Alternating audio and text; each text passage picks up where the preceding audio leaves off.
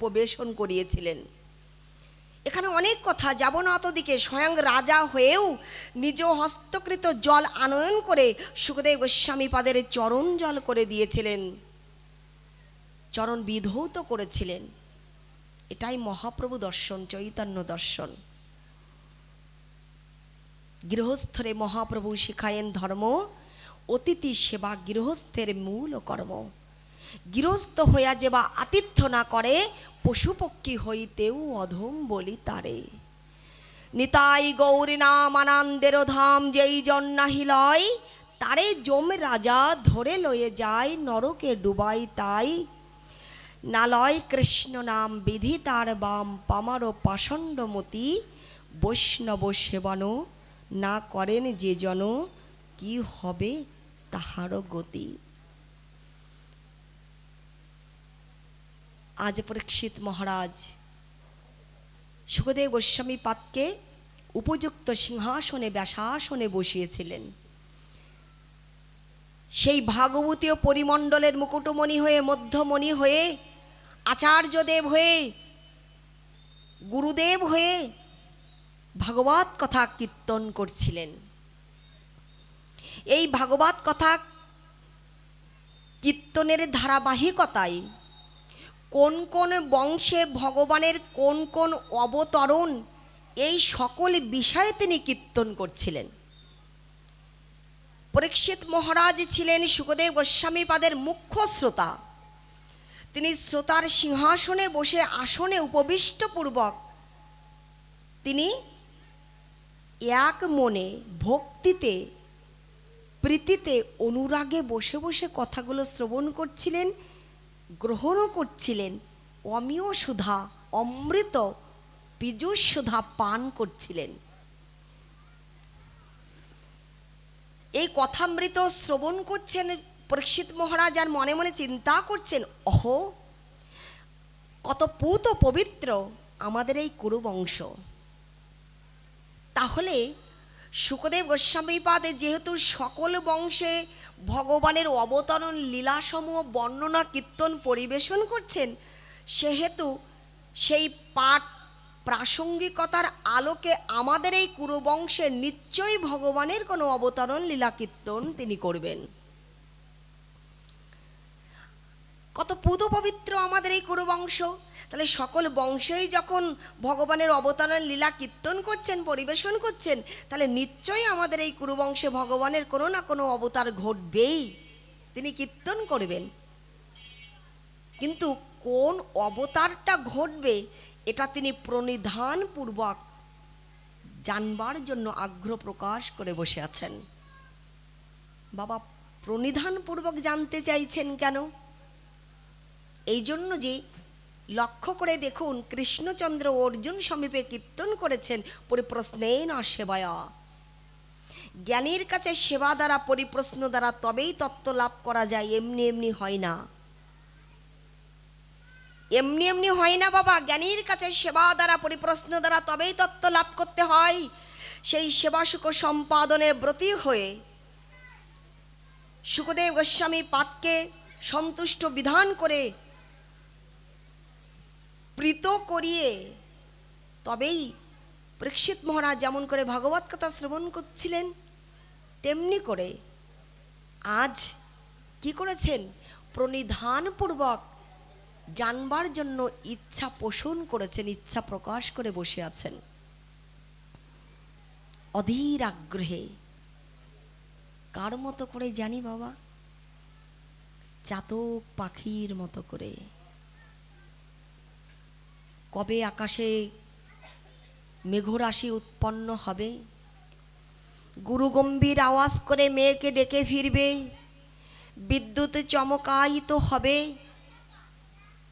আর তার পরিণতি স্বরূপ বৃষ্টির বাড়িধারা ধরাধামকে, পৃথিবী মাতাকে স্নাত করবে। যে ধারাবাহিকতায় দাঁড়িয়ে বৃষ্টির জলধারা পান করে, গ্রহণ করে আমিও আমার পিপাসা তৃষ্ণা নিপাতিত ঘটাবো। আমার পিপাসা মেটাবো। অপেক্ষা করে কিনা বাবা?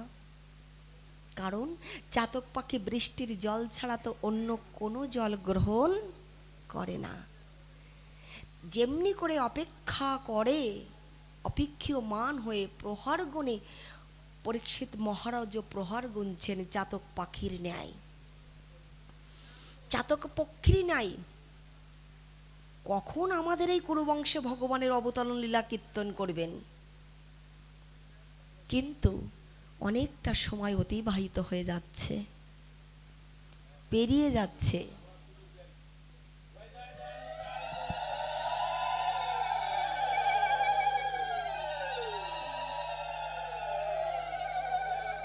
অনেকটা সময়ক্ষণ অতিবাহিত হয়ে যাচ্ছে, তথাপিও কুরুবংশে ভগবানের কোনো অবতরণ লীলাই শুকদেব গোস্বামী মহারাজ কীর্তন করছেন না।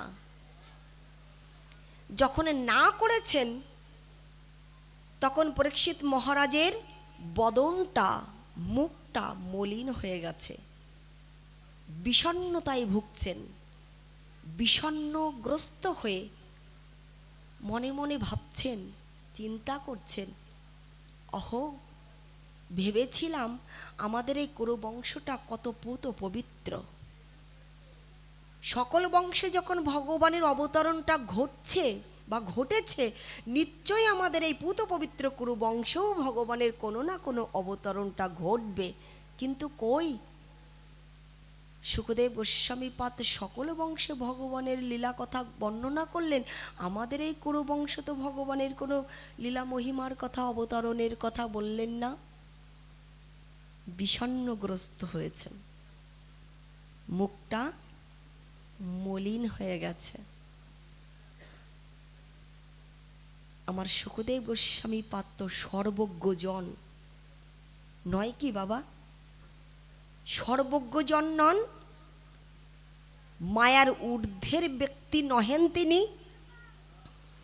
যিনি 16 মাস ধরে মাতৃগর্ভে ছিলেন, বিটিকা দেবীর গর্ভে 16 মাস ধরে অবস্থান করছিলেন। স্বয়ং ভগবান, ভক্ত ভগবানের আত্মা পরমাত্মার সাক্ষাৎকারে চরম পরম দর্শন দানে অভিষিক্ত করে, কৃতকৃতার্থ করে বলেছিলেন, শুকদেব তুমি বাইরে এসো, মাতৃগর্ভ থেকে বাইরে এসো। শুকদেব গোস্বামী মহারাজ বলেছিলেন, হে ভগবান, আমি বাইরে যেতে পারি যদি তুমি, তোমার কথা আমি রাখতে পারি যদি তুমি আমার কথা রাখো। আমি তোমার কথা রাখতে পারি, বাইরে আসবো, তবে তুমি যদি আমার কথা রাখো। কি তোমার কথা? বলে তোমার 3টা শক্তি আছে জগতে, আছে কি না? অন্তরঙ্গা শক্তি, বহিরঙ্গা শক্তি, তটস্থ শক্তি। এর আরো আরো ব্যাখ্যা বিশ্লেষণ বিস্তারিত ডেফিনেশন আছে, যাব না অত দিকে। তো এই যে 3টা শক্তির মধ্যে বহিরঙ্গা শক্তি মহামায়া, তোমাকে কথা দিতে হবে যে জগতে ভূমিষ্ঠ হওয়ার পর তোমার সৃষ্টকৃত, তোমার জাত এই 3টা শক্তির কোনো শক্তি আমাকে স্পর্শ করতে পারবে না। দৈবেশা গুণময়ী মম মায়া দূরত্বয়া মামেবা যে প্রপাদ্যন্তে মায়া মেতাম তরন্তিতে। তোমার ওই দূরতক্রম নিয়া মায়া আমাকে তার কবলে কবলিত করতে পারবে না, এটা তোকে কথা দিতে হবে, তবেই আমি ভূমিষ্ঠ হব। কৃষ্ণ ভগবান মনে মনে চিন্তা করছেন, এ দায়িত্ব আমারই। কারণ যদি শুকদেব গোস্বামী পাদ বাইরে না আসে, মায়ের মৃত্যু হয়ে যাবে। বললেনও সেটা, তুমি যদি ভূমিষ্ঠ না হও তাহলে তোমার মায়ের কিন্তু মৃত্যু হয়ে যাবে, আর মাতৃহত্যা পাপে তোমাকে লিপ্ত হতে হবে। এক পাশে দাঁড়িয়ে গোস্বামী বর্গ জানিয়ে দিলেন, যিনি, যাকে মায়া স্পর্শ করার ক্ষমতা শক্তি রাখে না, তাকে কি স্বর্গ নরকের লোভ আর ভয় দেখিয়ে কোনো কাজ হয়? হয় বাবা? সে কি চেনে স্বর্গ কাকে বলে? সে কি চেনে নরকের যন্ত্রণা কেমন হয়? ভগবান সৃষ্ট মায়া যাকে স্পর্শ করার ক্ষমতা রাখে না, তাকে কি দণ্ডের ভয় দেখিয়ে পিছিয়ে রাখা যায়? যাই না তো। মুখ্য কারণটা, উদ্দেশ্যটা ছিল, ভগবান মনে মনে চিন্তা করলেন, যদি শুকদেব গোস্বামী পাদের এই ভূমিষ্ঠটা না হয়, জন্ম না হয়, তাহলে কৃষ্ণ ভুলে থাকা জীবের গতিটা কি হবে? কৃষ্ণ বলে যেই জীব অনাদি বহির্মুখ, অতএব মায়া তারে দেয় সংসার আদি দুঃখ। মায়া মুগ্ধ জীবের নাহি শত কৃষ্ণ জ্ঞান, জীবের কৃপাই কইলা কৃষ্ণ বেদ ও পুরাণ। জীব যে মায়া মুগ্ধ হয়ে, মায়াময় হয়ে, আদি দৈবিক, আদি ভৌতিক, আদি আধ্যাত্মিক ত্রিতাপ জ্বালাময় সংসারে হাবুডুবু খাচ্ছে, তাই না?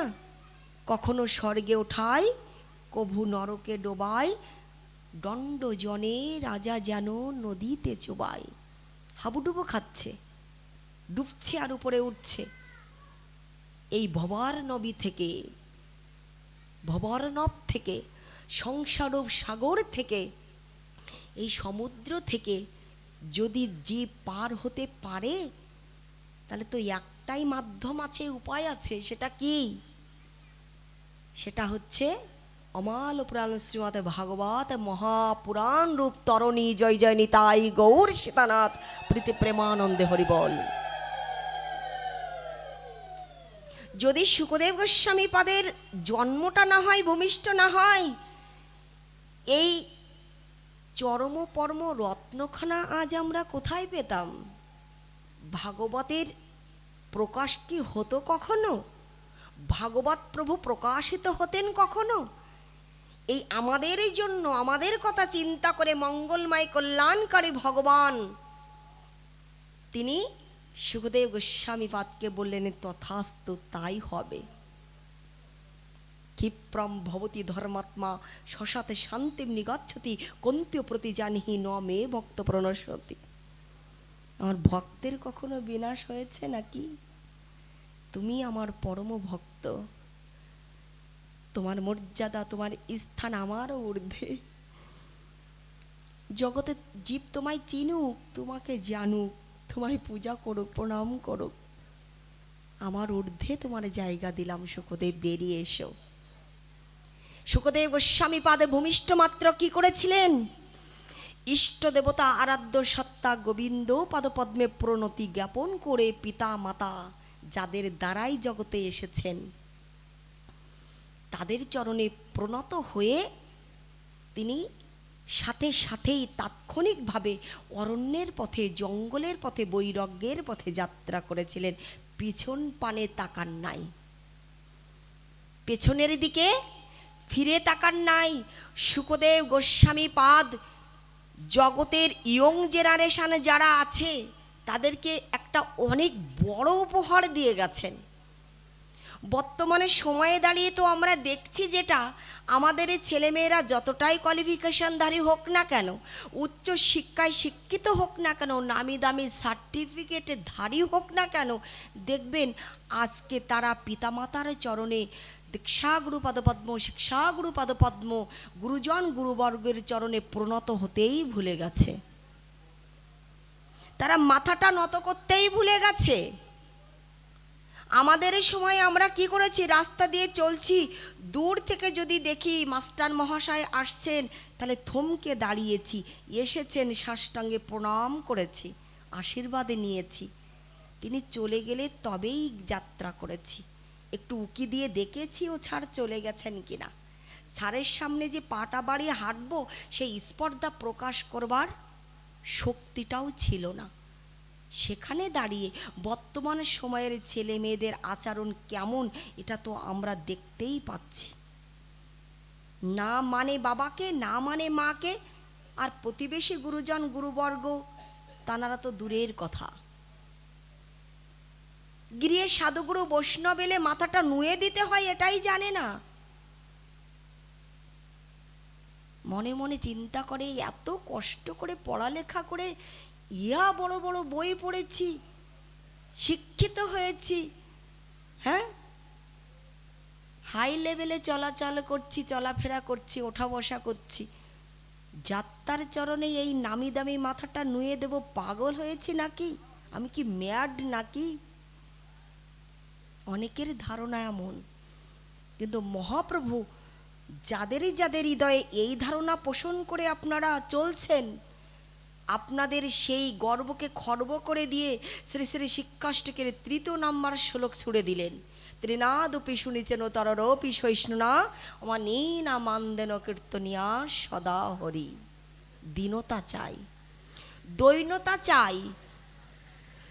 শূন্য লিখতে না শিখলে যেমন করে হাজার লক্ষ কোটি লেখা যায় না, শিশু অনে না পড়লে যেমন করে বিসিএস ক্যাডার হওয়া যায় না, মাস্টার ডিগ্রি হোল্ডার হওয়া যায় না, তেমনি মাথাটাকে নত না করতে পারলে তার স্থানটা সুউচ্চ শিখরে পৌঁছাতে পারে না সে।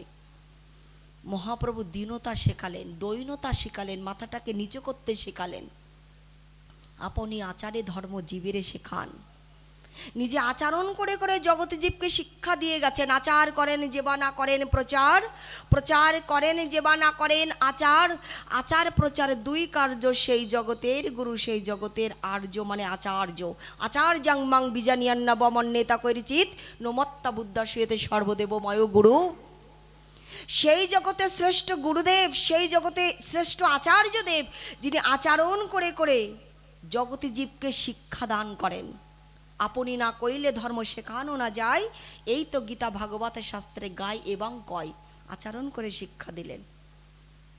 বললেন কি জানি, যারা জগতে নিজেকে যত নিচে নামাতে পারবে না, আর একটা জগৎ আছে না এই জগতের বাইরে, আছে কি না বাবা?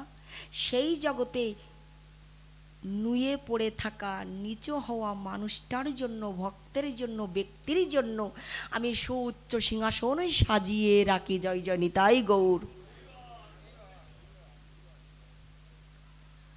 3-4 দিন উলুধ্বনি করে করে মায়েদের কষ্ট হয়ে গেছে, তাই না মা? আরও কিন্তু বাকি আছে। আগামী দিন আমার ছেলে আসবে, তারপরের দিন ওই আমার আর একজন ছেলে আসবেন।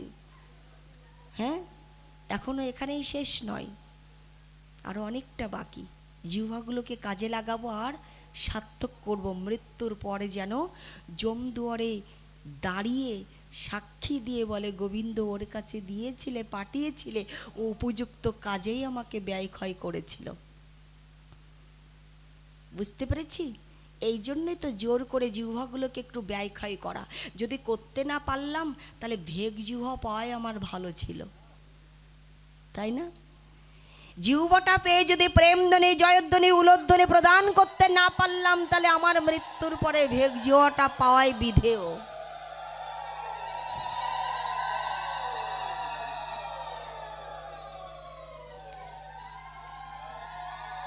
আজকে শুকদেব গোস্বামীপাদ নিজের পিতা মাতার দ্বারাই জগতে এসেছেন বলে পঞ্চবিধ ঋণ আছে জগতে। পিতৃঋণ, মাতৃঋণ প্রণত হলেন, ভগবানকে প্রণাম করে, পিতামাতাকে প্রণাম করে বৈরাগ্যের পথে যাত্রা করলেন তিনি। পেছন দিকে ফিরে তাকান নাই। সেই শ্রীলা শুকদেব গোস্বামীপাদ মায়া স্পর্শ করেনি কখনো তাকে। তিনি সর্বজ্ঞ জন ছিলেন, বিজ্ঞ পণ্ডিত জন ছিলেন। অকপটে পরীক্ষিত মহারাজের বদন দর্শন করে বুঝে নিয়েছিলেন পরীক্ষিত মহারাজ বিষণ্ণতায় ভুগছেন। আকাশে যদি চন্দ্রের প্রকাশ ঘটে, খণ্ড খণ্ড মেঘরাশি যদি চাঁদের গায়ে চন্দ্রের বুকে গিয়ে স্থান দখল করে, অকপটে অনায়াসে দর্শন করে বুঝতে পারেন না আপনারা? পারেন কি না? পারা যায় কি না? শুকদেব গোস্বামীপাদ বুঝতে পেরেছিলেন যে একটা সংশয়, একটা মলিনতা, একটা বিষণ্ণতা বদনে আশ্রয় নিয়েছে। দূরীভূত করবার জন্য, সমূলে উৎপাটিত করার জন্য, বিনাশ করার জন্য, কি বিষণ্ণতাটা। পরীক্ষিত মহারাজকে উদ্দেশ্য করে বলছেন, হে রাজন, আপনি কষ্ট নিবেন না। কেন বললেন? এই জন্য বললেন যে বক্তা বক্তার কথায় শ্রোতার মনে যদি বিষণ্ণতা জাগে, তাহলে সেই কথাই বক্তার কথায় আস্বাদনটা হয় না, শ্রোতারও হয় না। দেখবেন আনন্দ আসে না, তৃপ্তি লাভ করা যায় না, প্রেম জাগে না, পরিপূর্ণতা আসে না। তাই বলছেন, হে রাজন, আপনি কষ্ট পাবেন না। আপনি কষ্ট নেবেন না এই জন্য আপনি লক্ষ্য করে দেখুন যে আপনাদের এই কুরুবংশে ভগবানের কোনো অবতরণ ঘটেনি, ঠিক আছে, ঠিকই, কিন্তু লক্ষ্য করে দেখুন যে আপনাদের এই কুরুবংশে স্বয়ং প্রেমের অবতরণ ঘটেছে। আপনাদের এই পূত পবিত্র কুরুবংশে ভগবানের কোনো অবতরণ ঘটেনি ঠিকই, কিন্তু তাকে দেখুন, লক্ষ্য করে দেখুন, এই কুরুবংশে স্বয়ং প্রেমের অবতরণটা ঘটেছে। কারণ স্বয়ং ভগবান পরমতত্ত্ব সীমা জ্ঞানময় অব্যয়ী সচ্চিদানন্দ ঘন মূরতি কৃষ্ণস্তু ভগবান স্বয়ং আপনাদের এই কুরুবংশে দৌত্য করেছেন, স্বয়ং তিনি সখ্যতা করেছেন, কখনো কখনো তিনি দাসও করেছেন, দাসও হয়েছেন, তিনি চাকর হয়েছেন, আজ্ঞাবাহী দাস হয়েছেন। হয়েছেন কিনা বাবা? তৃতীয় পাণ্ডব অর্জুনকে সখারূপে গ্রহণ করেছিলেন না কৃষ্ণচন্দ্র? সখ্যতা করেছিলেন না পঞ্চ পাণ্ডবদের সাথে? আজ্ঞাবাহী দাসও হয়েছেন তিনি। লক্ষ্য করে দেখুন, পঞ্চ পাণ্ডবদের মধ্যে জ্যেষ্ঠ ভ্রাতা ছিলেন ধর্মরাজ যুধিষ্ঠির। এই ধর্মরাজ যুধিষ্ঠির ব্যক্তি জীবনে সারাটা জীবন ধরে একটা মন্ত্রই ধারণ পালন লালন যাজন করে গেছেন। সেই ধারণকৃত মন্ত্রটা হচ্ছে অবশ্যই রক্ষিবে কৃষ্ণ বিশ্বাস পালন। অবশ্যই রক্ষিবে কৃষ্ণ বিশ্বাস পালন। রাখে কৃষ্ণ মারে কে, আর মারে কৃষ্ণ রাখে কে? মারলে তিনিই মারবেন, আর বাঁচালে তিনিই বাঁচিয়ে রাখবেন। এই মন্ত্রটা সারা জীবন ধরে পালন করেছেন, হৃদয়ে ধারণ করেছেন। পঞ্চ পাণ্ডবের মাতৃদেবী কুন্তী মাতা